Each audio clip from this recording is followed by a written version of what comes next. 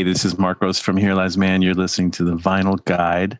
We're announcing our record Ritual Divination out in January of 2021. Thanks to Nate. Enjoy. Well, hey everyone, it's Nate from The Vinyl Guide, and I'm very proud to be bringing you a world premiere this week.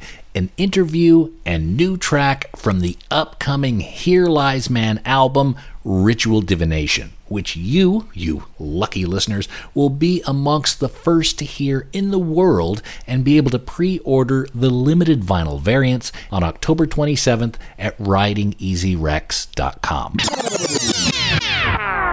Now today we'll be talking to Marcos about the new album, his history with vinyl records, the songwriting, the themes, the clave, how the records come together, as well as sharing a track from the new album after the interview. This will be a world premiere of the new Here Lies Man track and the kickoff for the first vinyl pressing of Ritual Divination. So, fans of Here Lies Man and Writing Easy Records, this is huge news.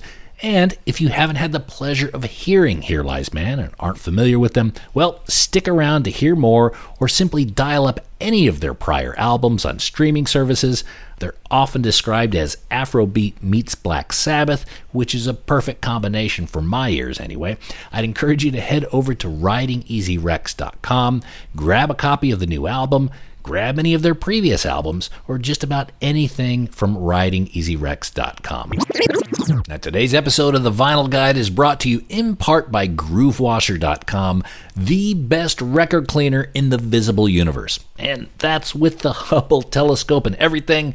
I mean, who knows what kind of vinyl cleaning compounds they have on Alpha Centauri, but right here on Earth, when it comes to cleaning records, we all bow towards the Groove Washer. And guess what? Here's a 10% off discount code. Enter Vinyl Guide 10 at checkout and save on everything at GrooveWasher.com.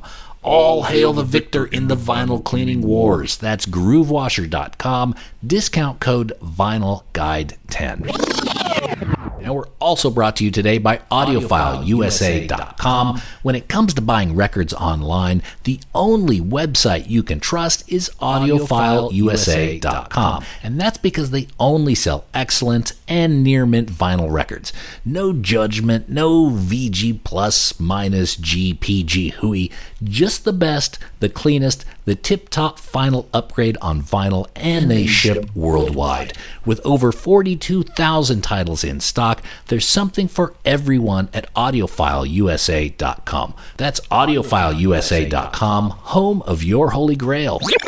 And lastly, if you enjoy this episode, there are a ton of other interviews of The Vinyl Guide you may want to check out, including episode 243 with Dave Lombardo, drumming legend of Mr. Bungle, Misfits, and Slayer, episode 235 with Jay Bentley talking about the rare records of Bad Religion, episode 191 with Espen Willems of Monolord talking vinyl, episode 158 with Isaiah Mitchell of Earthless, and episode 150 with Neil Sugarman talking all about Daptone Records.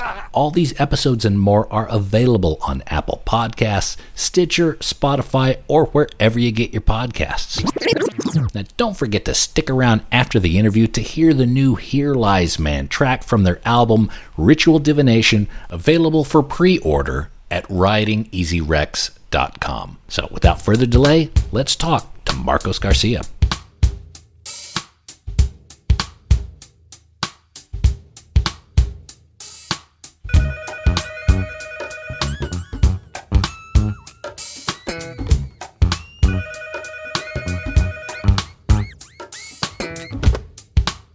Hello? Mr. Marcos, how are you today? I'm pretty good, thanks. It's a crazy world out there, man. It's a crazy world, indeed. You doing all right? Yeah, I think so. It's been a roller coaster, but I think I was actually just catching up with a friend before this call, and he's like, "You sound really calm." I was like, "Yeah, I feel pretty calm. I've already spun out many times. It's like, the longer this goes on, it's just like, well, there's no fighting it." Yeah, you might as well just try to enjoy the ride, I guess. You can't control it. No, for sure. And to be honest, man, I spent so much time on the road that having this time not being on the road has actually been really grounding.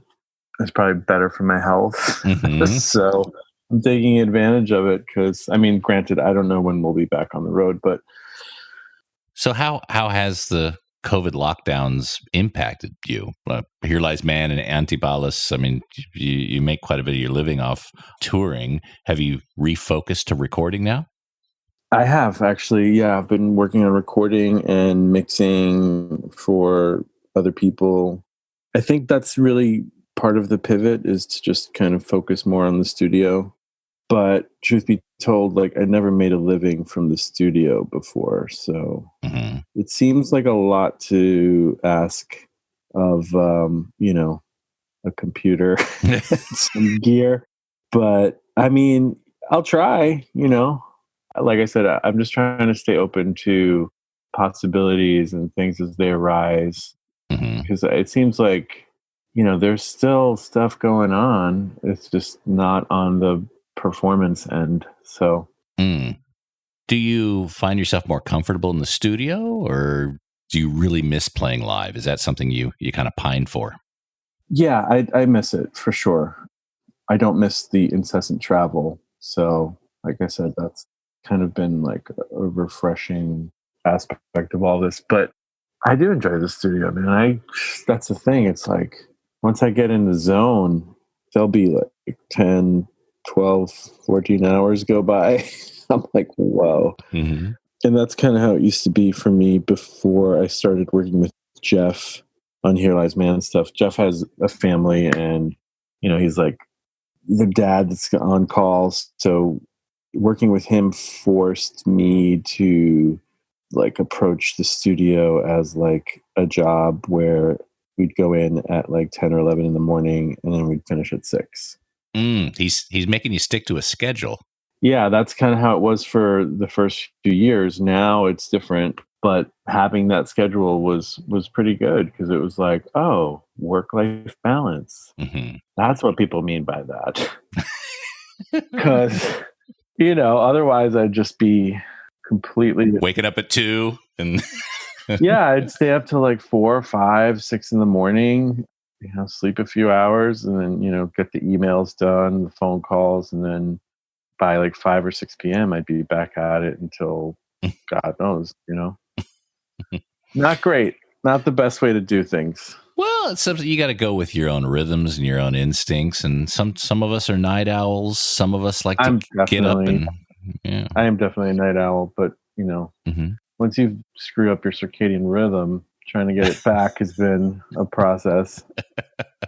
But it's good. I mean, it's working. It is working for me now. So I'm, going to bed early, getting up early. It's been all right.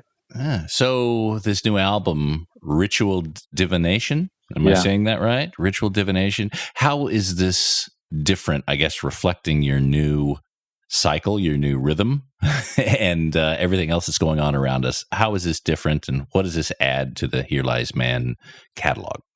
Right. Well, we started recording that last year. So the album doesn't really touch upon this pandemic experience. We did have to finish it, socially distanced and all that stuff, but it wasn't recorded that way.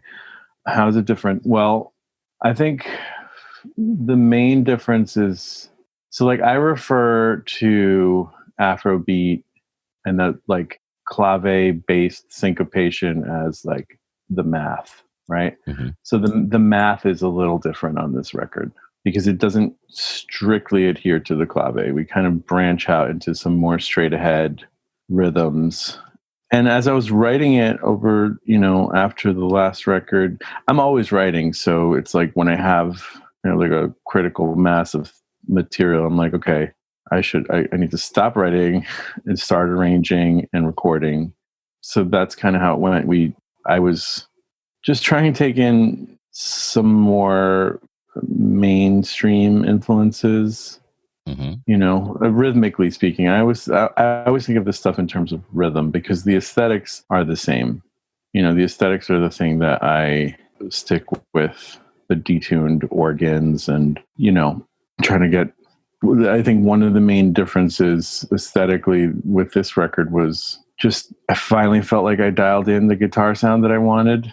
I stopped chasing. Well, I'll never stop chasing the tone, but that's a lie. You allowed yourself to be a little bit more satisfied, maybe. Yeah, I did, and I was happy. I mean, it took 4 amps at a time to make it happen, but we had the opportunity to do it. Jeff had built out his home studio, and it's completely soundproof, so I was able to just crank the shit out of the amps and mix and match the flavors, depending on the song, and get like the big sound that I wanted. And Jeff had these like miking ideas, and I feel like it came out as good as it could have. Mm-hmm. Was it recorded at Jeff's house? Yeah. We did the basic tracking as a band in the room, and then overdubbed the guitars and the vocals and the percussion. Mm-hmm. But generally speaking, like with the keyboards, we oh man, I never know whether I want to give away my trade secrets, but the whole part of the aesthetic as far as the organs are concerned and the electric pianos is to double track them detuned from each other. Yeah, it's a stereo wobble kind of. Yeah, and so what that does is it creates a psychoacoustic effect when you tune them. Just like I spend time detuning them from each other just enough as I'm like listening to the overtones and how fast the overtones are going. Like, is this making me crazy? Okay, I don't want to do that all the way. I like dial it back and just find like that sweet spot when things are tuned, cents apart. That gives you that kind of like underwater feeling. It's a psychoacoustic effect.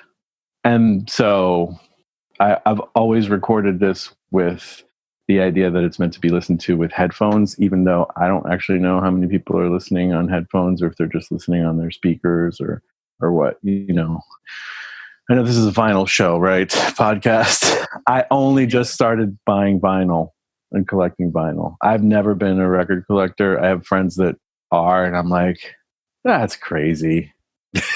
That's just crazy. You're not wrong. No, but meanwhile, I'm collecting pedals and amps and keyboards and guitars and all this stuff that's like, so I have the collector thing, and I kind of felt like I don't need to collect anything else. Like, I know how obsessive my friends get with this. Mm-hmm. But then I moved into a new place, during the pandemic, and I'm on my own, and I bought a used turntable, and I got the test pressings for the Here Lies Man record and the Chico Man record, and Riding Easy gave me some catalog vinyl, and I started listening. I'm like, well, once I listened to like the Here Lies Man record, I'm like, holy shit, I can't believe I've never I intend for this to be listened to on vinyl, but I've never listened to it on vinyl until now. Mm-hmm.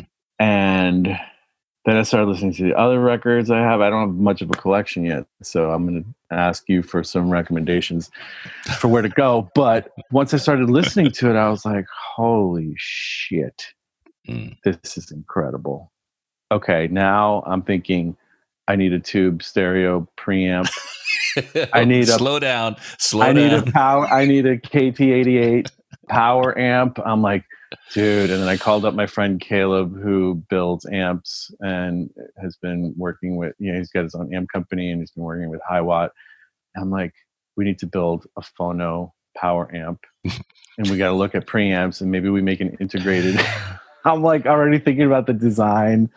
And I know there's probably tons of stuff out there, but Caleb also makes like the loudest amps, guitar amps ever. Like, there's no one I know, and I got my nose up in a lot of in the amp world. No one makes a louder amp than Caleb, and I don't know that that's necessarily what people are looking for in vinyl amplification, but man, if you had the right speakers, oof. Oh yeah, tear down the house. I mean, you can put together a system quite cheap. My system, I don't have a tube amplifier. Frankly, I can't afford it. I consider myself a collector, but also a hobbyist. Like, you can go really nuts on this. I know. Like you can with just about any other hobby, golf even. I've seen of course. But I put together a couple of my systems on pretty much used gear. Mhm. And it's always, to me, it's the match between the amp and the speakers. Right. You have to have the right ohmage. You have to have the right electronics between them. And I don't know the science behind it enough to say, to read specs and say these speakers would be great for you, these wouldn't. But yeah, I would suggest finding a buddy to help you make those connections. And once you have that sort of setup, that's like a 20-year, done for the next couple decades. Right. No, it makes perfect sense. My thought is like, well, what if it were affordable and powerful and running on like, KT88s, which are like hi-fi tubes that are used typically in bass amps, right? So there's like tons of headroom, super clear, but also warm. I don't know. These are the obsessions, You may be onto something, but that's, I got to tell you, Marcos, it's a little, I'm a little concerned that you slipped into that world so quickly and easily. Yeah, no, I mean, because I immediately I'm like, this is the merging of amplification and now this newfound love for just the warmth of vinyl. Cause it's just like, with modern music. And writing easy, those guys are all about, and they will keep you, they will keep you supplied. That is absolutely. That's the purest strain. And I think it's being fed by, Daniel and, I have this other record coming out on Ubiquity and those guys are, vinyl heads. Mm-hmm. So everyone's being like, yeah, do it. I'd be interested. I'm like, okay, I got to look into this some more. Well, man, welcome to the club. Yeah. Have you found your record shop yet? Have you found your... No, I have not. You live in LA, yeah? Yeah, I'm in Highland Park and Permanent Records just moved down the road. Like things are still not quite, they're not quite normal is an understatement. We're getting there, but not quite yet. So I know that there's a new record store that opened up down the street from me I have to check out. Yeah. Gimmy's great. They're nearby. Okay. If you get down Costa Mesa, Cream Tangerine, one of my favorite record shops. I actually have been there once, yeah. Yeah. Whenever I go into LA, it's kind of like I've got about 5 shops that I like to hit. Freak Beat is really good. Okay, where's that? Sherman Oaks. Okay. Because I live in Australia. Right, I heard that. I checked out the Robert Trujillo podcast. I got that. Yeah, and I'll fly into LA because I've got relatives there. I'm from California originally, and before the pandemic, I used to fly in probably once or twice a year, and I'd go to LA and I'd have my 5 spots to hit up. But what I would also recommend is checking out some of the record fairs in Southern California. There's the Orange County Fair that's in Buena Park. Okay. I think it's, again, this is all, putting COVID aside, right? Sure. It's like the first Sunday of every month or the last Sunday of every month. And then there's the Pasadena City College Swap Meet, which has a huge record section in it. And I think that's the first Saturday of every month. So I whenever I'd fly in, I would stay over the week where I got that last Sunday and the first Saturday. I'd get 2 record fairs in that same week. Wow. Okay. I'm writing this down. What was the first one you said in Buena Park? Buena Park. It's the Orange County Record Fair or Record Show.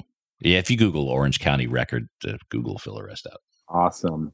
See, you're just adding to it. You're adding to it. So I appreciate the encouragement. Hey, no worries. No, you're part of the family now. Yeah, I feel like I'm such a newbie. It's funny to be 46 years old and feel like a newbie kid. Mm-hmm. So you were mainly cassettes, CDs. How did you get your music as a kid?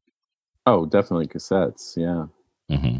My dad owned a record label, so I was surrounded by LPs and 8 tracks. But when the Walkman came out, that changed everything. So okay, what was the label your dad ran? He had a few. I guess the longest running. He died in 1986, but he started out. He bought a label called Montilla in the 60s. So he bought a catalog from this guy, and then he started a label called Algar, named it after my grandfather. and it was mostly like merengue, Latin American, Caribbean music. Mm-hmm. He had another label called 4 Points. Yeah, and like basically what he was doing was tapping into what was considered the golden era of merengue in the kind of late 70s through the 80s. That's really kind of considered the golden era. Mm. They were still big bands, but they started using synthesizers, and have the traditional kind of like orchestra. These were all orchestras. Mm-hmm. And then there'd be like one or two, the singers would be kind of like, it'd be like Mili y los vecinos. So it'd be like Mili was the feature, and her sister sang, co-leads or backups, but she was the face of the band. Right. And then they're just, just like, I don't know. It's outside of people that are into that. I mean, I don't even know. Like, as far as Dominican music goes, they're like, royalty of that era, but I think it's pretty obscure everywhere else. Now, there weren't records around the house. I guess I'm a little bit, surprised that you're only getting into vinyl now, but your dad owned a record label. To me, that's interesting. I know. It's crazy. I mean, listen, so at one point, because my dad's the distributor and his office was in Hell's Kitchen, right? So we used to spend a lot of time there. I spent a lot of time with just futzing around with cassettes and 8 tracks, and there wasn't much to do at the office. But at one point, our whole garage, we lived in the suburbs in Jersey, and the entire garage was filled with boxes of LPs, and I would make forts out of them.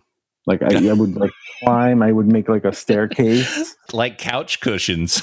Yeah, exactly. I mean, but I'm when I tell you like the entire garage, there were like thousands and thousands of boxes. I don't even know how many LPs, but there was many hundreds of boxes that like I could literally create a staircase, and then I made like a little platform on top, and then I could kind of go across. The entire garage was all those boxes of records. So yeah, it is crazy that I never took to it.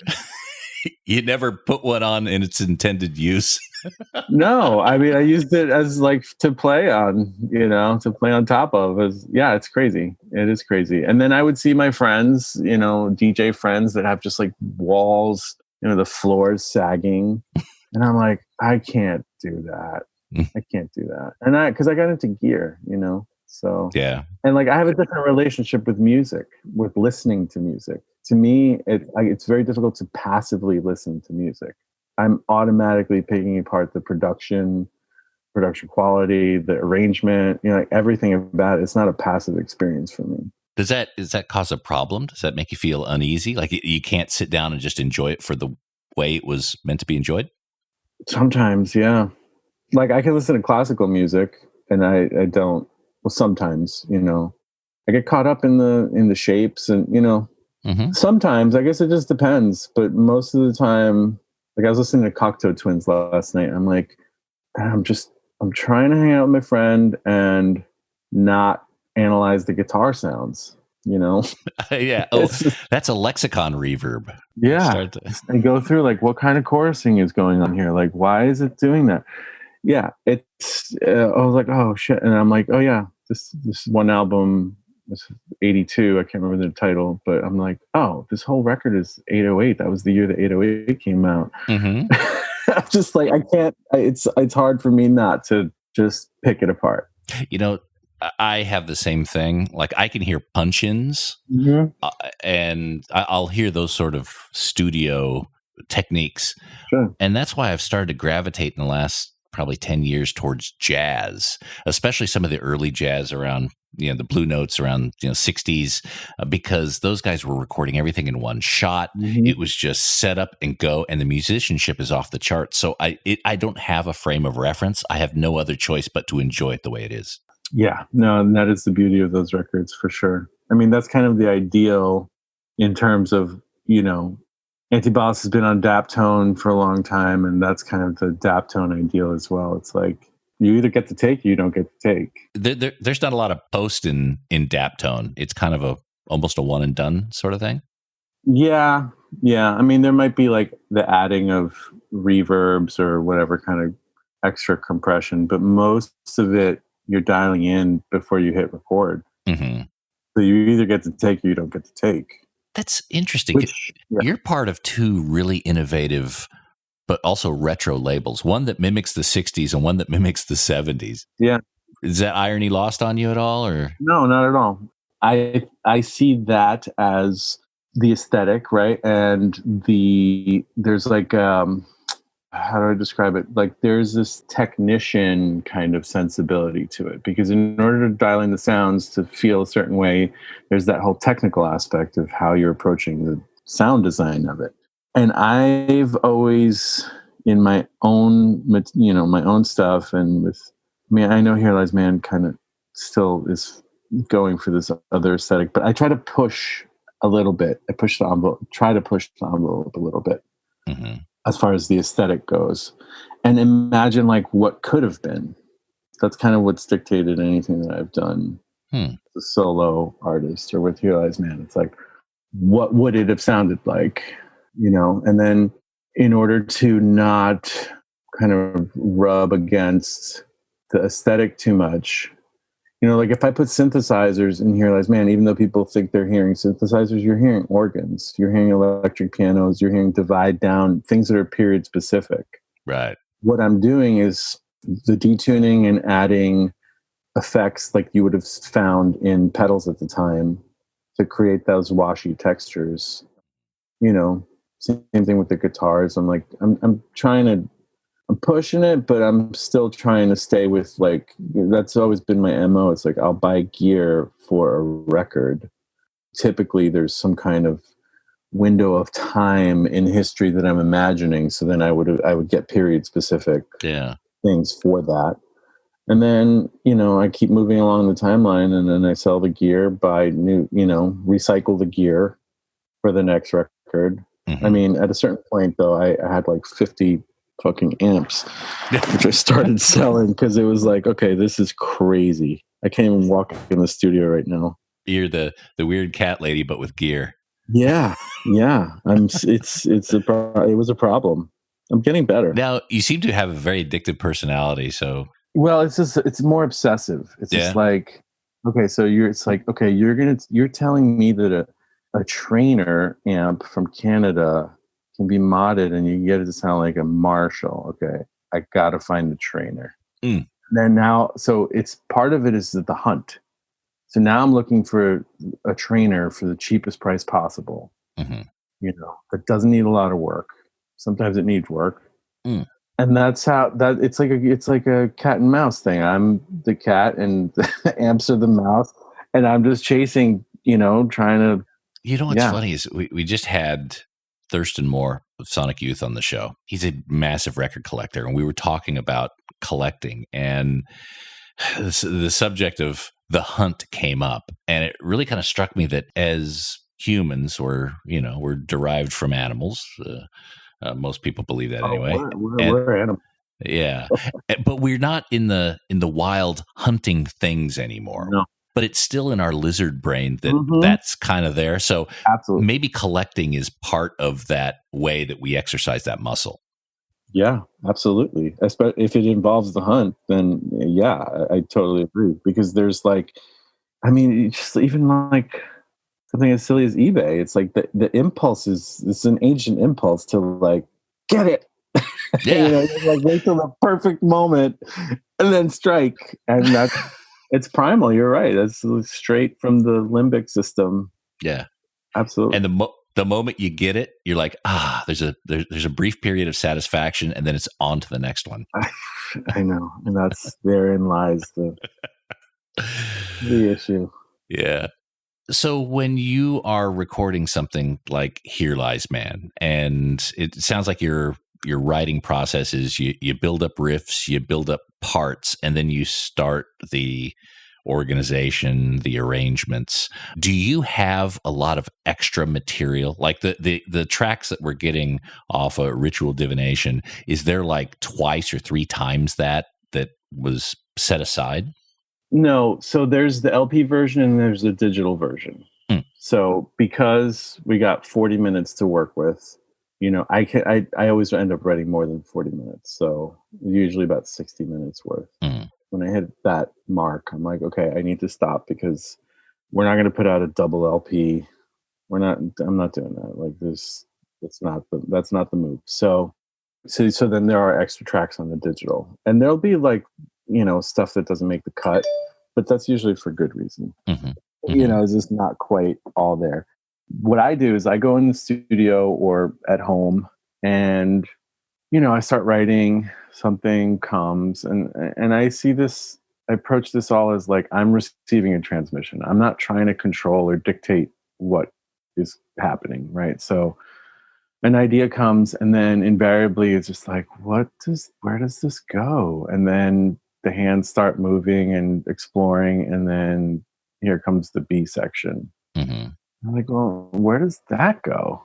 And then, there might be a C or a D section or, and in an effort to not make it overly heady or just like unnecessarily complex and just keep it like a direct transmission. That's just like, this is A, B, C, maybe D, right?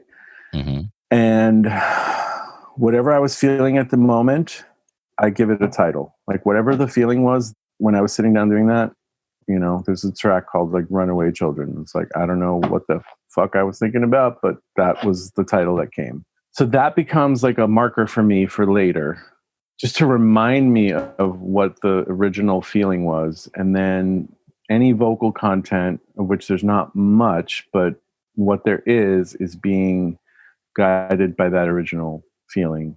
So I have these ideas, and Jeff and I get together to arrange all of, and I send him the stuff.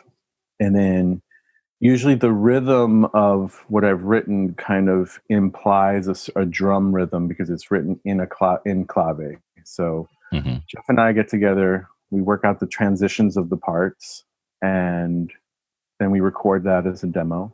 Then I'll go back, write the keyboard parts, and the vocals are last. And, like I was saying, is keeping in the spirit of like, it's a transmission. I try to write from a transpersonal place.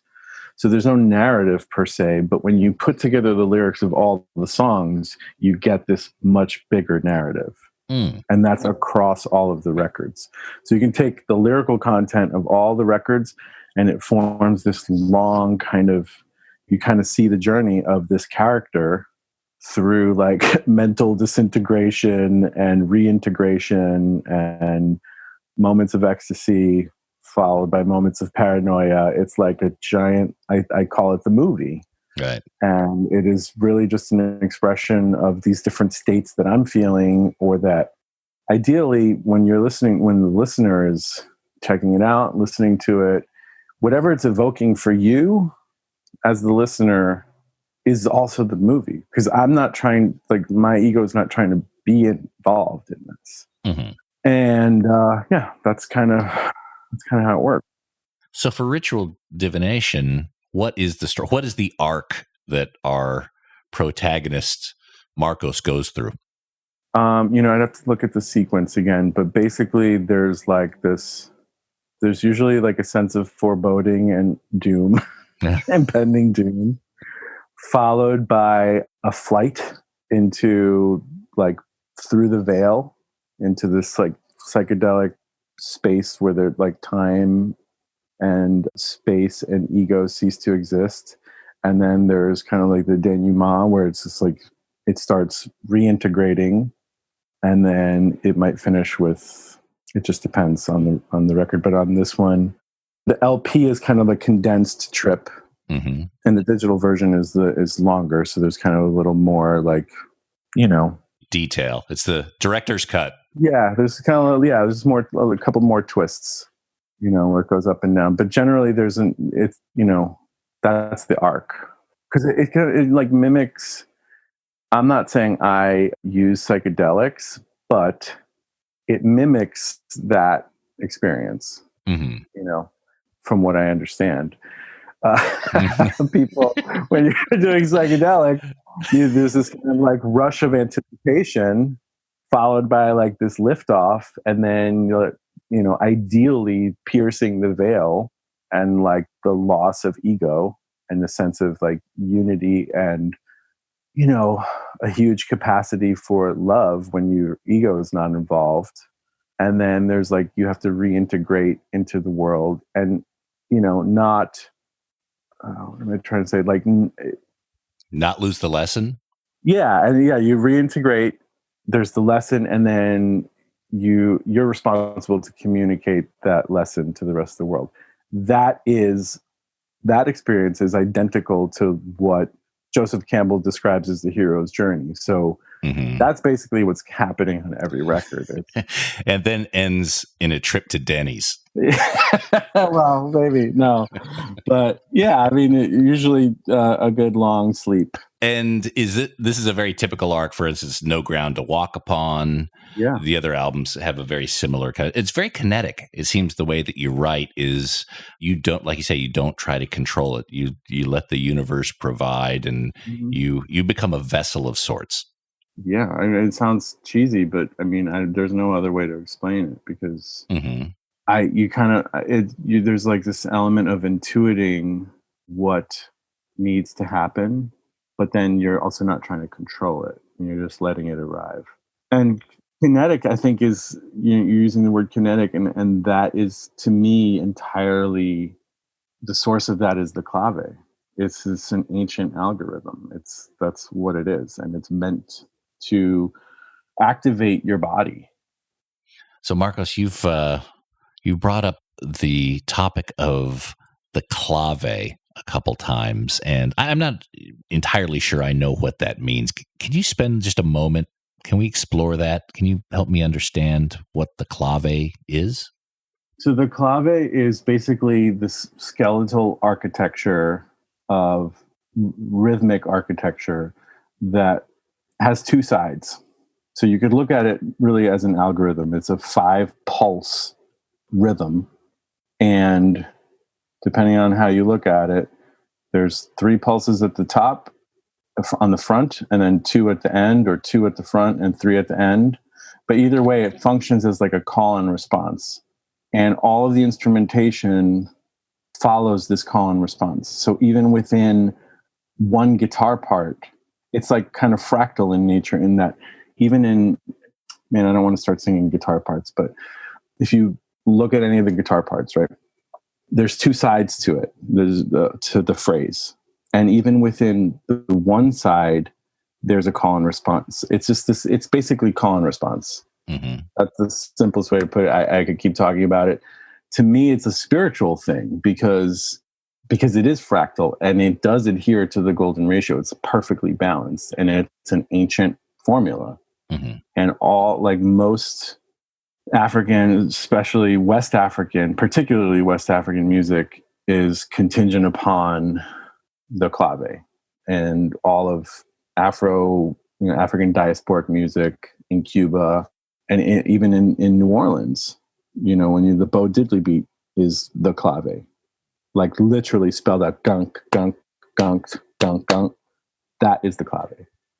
It's just being spelled out in Cuban music, or in Afrobeat, or in African music. It may or may not be being played audibly, but if it's not being played in some fashion, all of the instruments are touching upon those 5 pulses. And then there's what's called the permutations of the clave. And now we get into, like, to me, what is basically a spiritual exercise that is also mathematic, but you don't need to understand the math, because once you've integrated the clave, it expresses itself. I don't know how else to put it, but to me, that's my religion. And going back to what we were talking about, our lizard brains picking up on these sort of things, you think these things are in us for thousands of years, you're thinking, and playing clave kind of unlocks some of those instinctual connections. That's the magic of it. Yeah. Because it activates your body. Once you start playing rhythms in clave, I don't know, man. Something happens. It's hard to explain, but yeah, I think it's a very ancient and primal knowledge that our ancestors were able to tap into, and then you see it travel it through the African diaspora, and then it took new forms in Brazil and Cuba. And then when Cuban music became popular in the United States, then you saw it evolve in New York and in New Orleans and to become other forms. And it persists, and it's immutable. When I listen to Here Lies Man, I mean, the music is very trance-like. That's because that's what the clave induces. Yeah. Where are you at mentally when you play it? So when I'm playing it, I am in that trance. Ideally, if I'm thinking about it, then we have problems. Okay. Listen, I've been doing it for so long that I can snap into it pretty easily. Not always, depends on, did I get enough sleep? Did I eat? Did I fucking go to the bathroom? There's just like basic physiological factors that can be impediments. But for the most part, this is something that I snap into because I've been doing it for so long. So, and part of, getting on stage to perform like one of the early, when I formed the band, recognized it's like the moment we step on the stage, the show has begun.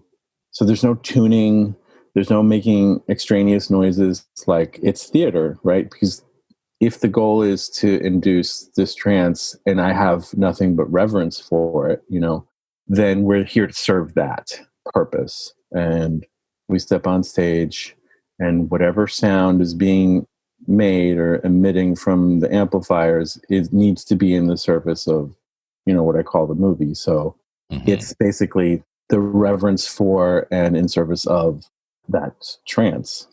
Does that same instinctual approach take to the set list as well? Like, you may not know where exactly you're traveling. I mean, some shows may be an hour and a half, some may go 2 hours, just depending on where you and Jeff are at the time. Yeah. I mean, it's easier to stick to a set that we know works because the arc is built into it. But, there's always room to switch it up. So for this new album, I believe Ritual Divination is actually out in January. Yeah. But the vinyl pre-sale and the announcements and everything are going out October 27th. Is that something? That's, according to Daniel anyway. Okay, good. Okay. Yeah. Well, now I know. Yeah. So now, okay. I'm glad to have played that role. Do you know much about what the physical packaging is going to be for this album? Oh, man, we found such a great cover.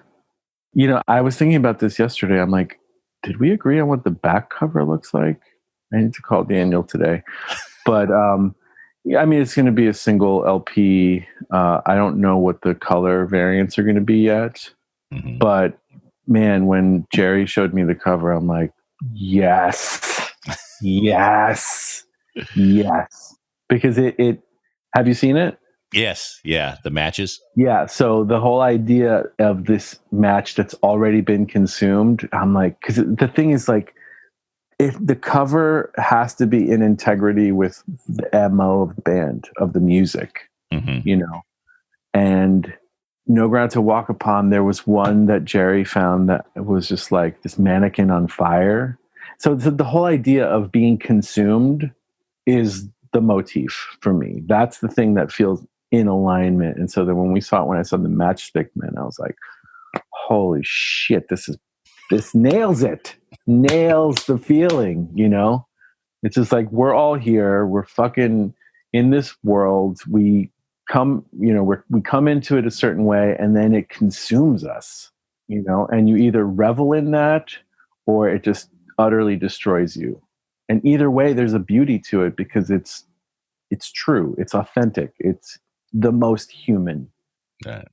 And that's, man, it really spoke to me. I could tell. Yeah. So you guys, typically when the art comes in, you have someone who gives a few options, and one will no doubt resonate more than the others. Yeah. Yeah. It's Jerry, Daniel's wife, who's like, she's just brilliant with the covers. I love that they take it so seriously, because I've been on labels where it's kind of an afterthought almost. But for them to really see the import of connecting the visual presentation with, the musical content, especially for someone like me, where it's like highly conceptual and it's something that I've reflected on and thought about for years. Mm-hmm. It just feels like we're in alignment. That Writing Easy Records, I have such high respect for them. The business that they do and the music that they put out and the whole package is there. It's a place that whenever I order a box of records from, I feel really good about it because I know it's going to some good people. And I know I'm going to get some great music out of it. Yeah, and it's not some giant corporate profit-driven entity. There's just like love for music there. So in terms of, obviously, we've got the pandemic that's still not squashed. We've got a lot of uncertainty in the world. You've got this album coming out. I've been privileged to be able to check it out, and I'm really, really enjoying it. What are the plans from this point? The album's going to come out. Antibalas or Here Lies Man, you really can't play live right now. What are you thinking in terms of how this is going to function going into the new year? I mean, it's just we're going to do press and talk about it. And, you know, if I can get my shit together and make some videos, not like performance videos, but like more conceptual, visual representations of what the emotions are and the states of mind are in the music, that would be good. But I mean, I don't know. It's like, what can you actually do? There's, you know, maybe there'll be some socially distanced shows here and there, but we're having those in Australia now. Yeah, I've gone to a few of them now, and bands are playing multiple times a night. There'll be like a 6:00 show and a 9:00 show, and there's like 50 to 100 people that we all have to kind of. And these are outdoor, follow certain rules. No, indoor, totally indoor. Wow. See, that's the thing. Is like I keep asking my friends, okay, like when is the next time you'd be willing to step into a room for 2 hours with like 1,500 people?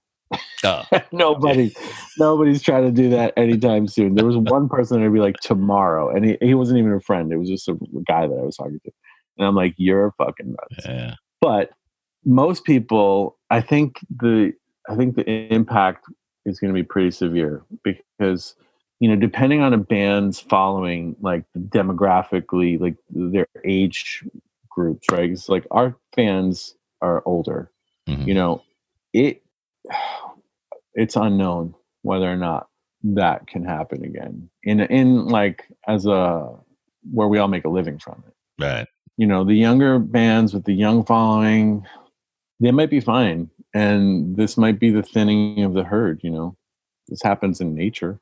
Mm-hmm. I hate to sound dispassionate about it, but I just want to be realistic, and that's not. I don't mean that in like a doom and gloom kind of way. It's just kind of like, I don't think I would be willing to do that anytime soon.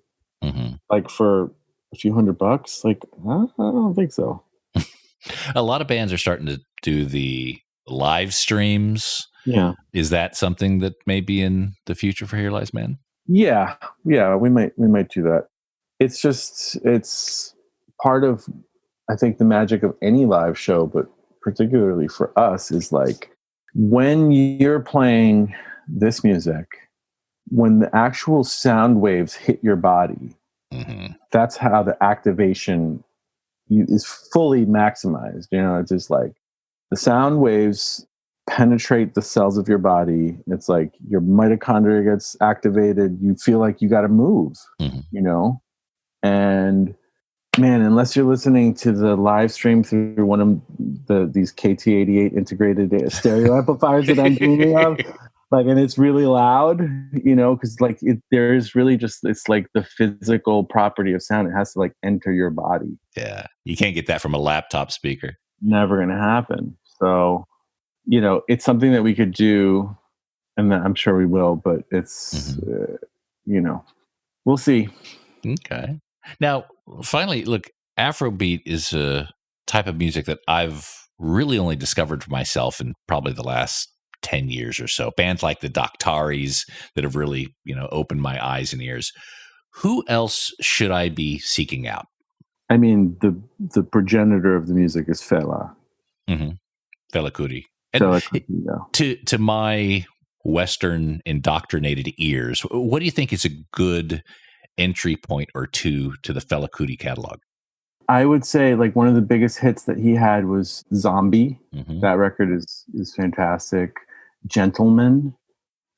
So much of what he's talking about on those records is entirely relevant today with Black Lives Matter and the like movement for racial justice and equity. Like he was talking about that 40 years ago in a really poignant way because he was the subject of governmental persecution.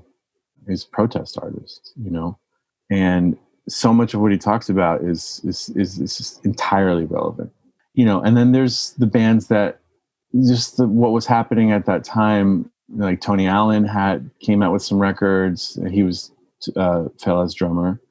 Man, there's so many compilations out there too. I love the Funkies because they were experimenting with Afrobeat and rock and funk, and it's Funkees. And then you have bands from Benin like Orchestra Polyrythmo, which had a much wider palette than just Afrobeat in the Fela style. Mm-hmm. And their early records are just, man, they were so experimental. And have you heard Orchestra Polyrythmo? No, I have not. Man, that's like... Writing it down. Next to Fela, Orchestra Polyrythmo de Contenu. So DECONINOU. Okay. From Benin. I mean, that between Fela, the Funkies, and Orchestra Polyrythmo, therein lies the inspiration for Here Lies Man, along with Black Sabbath. And Tony Iommi is. Yeah, it's not obvious. It's not obvious if you don't know, the African music, but like having been steeped in the West African music, going back and listening to Tony, I'm like, dude, all you gotta do is switch up the rhythms. It's doing the same thing. It's doing the same thing. And that's the beauty of music, right? It's just like it transcends time and space. It transcends cultures. It transcends language. Because like Tony was intuiting something, right? And rock and roll is inherently African, right? So there was something transmitted that he may or may not have been aware of that was diasporic at its core.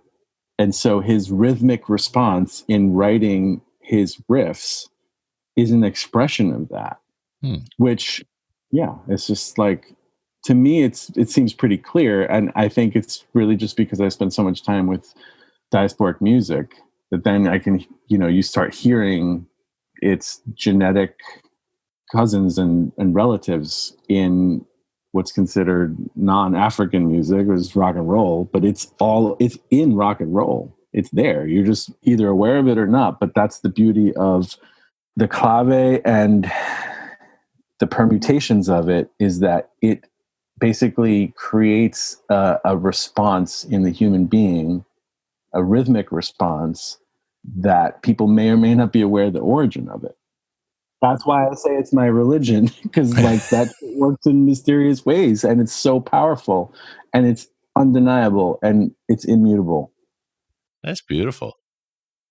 I like how you've analyzed and considered this quite a bit. I'm going to assume that not many West African records made it to Birmingham in the late 60s. You never know, though. I mean, not to say that he may or may not have listened to that stuff, but, I remember there was a Colombian, years ago, I heard there was a Colombian band from the 70s, like a cumbia kind of like carnival band, playing a cover of Fela. I'm like, how the fuck would they have gotten their hands on a Nigerian record? And then done a cover of a Fela song at a time when he wasn't like outside of Africa. He was this like firebrand, but like rare kind of bird. It was like a novelty or something for Western audiences. It's like a radio transmitter. Yeah. If you've got your antenna up to a particular frequency, you can capture it. Yeah. All right. Well, thank you very much, Marcos, for coming on the show. Our antennas are are up and aligned and waiting for the new Here Lies Man album, Ritual Divination. It's out in January, but it's available for pre-order in late October at writingeasyrex.com. And you want to get there quick because Writing Easy always has these special pressings. They're limited numbers.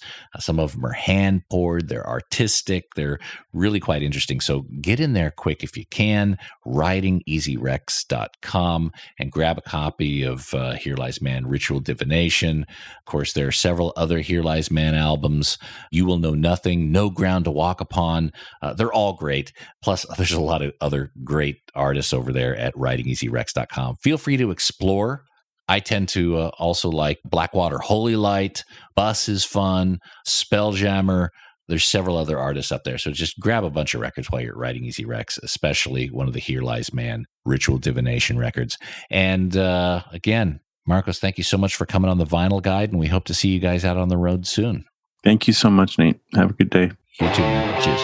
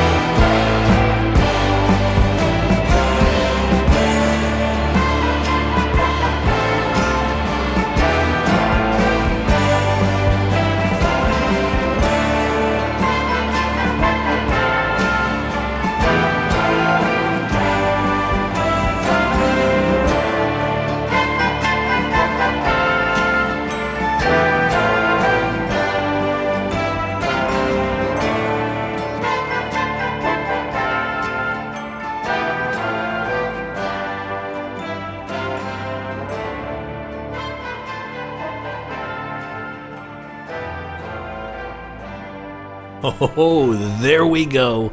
That's the burner right there. The new Here Lies Man track from the album Ritual Divination. That track's called I Told You, You Shall Die. Oh, man, the rest of the album is fantastic. You got to check it out for yourself, and you can by pre-ordering now over at writingeasyrex.com. Here are what the first pressing vinyl variants will be. 100 units of a clear high melt orange yellow red, 100 units white high melt orange yellow red, 300 black, 300 white, 300 opaque light blue, and 500 opaque yellow. Not that many records on the first pressing, so you better get in quick. Check out writingeasyrex.com. Pre-order a copy of Ritual Divination, and also check out some of the other Here Lies Man albums. You Will Know Nothing, No Ground to Walk Upon. Of course, they've got their self-titled as well, and other bands, the Death Wheelers, Blackwater, Holy Light, Acid King, Bus, a whole bunch of bands up there at writingeasyrex.com that are just what your turntable ordered. And that's it for this week's episode of The Vinyl Guide. Thank you so much for tuning in. Please share this episode on your socials, Facebook, Instagram, tweet it out on Twitter. In fact, you can leave us a positive review on iTunes or Stitcher or wherever you get the podcast. That would be fantastic.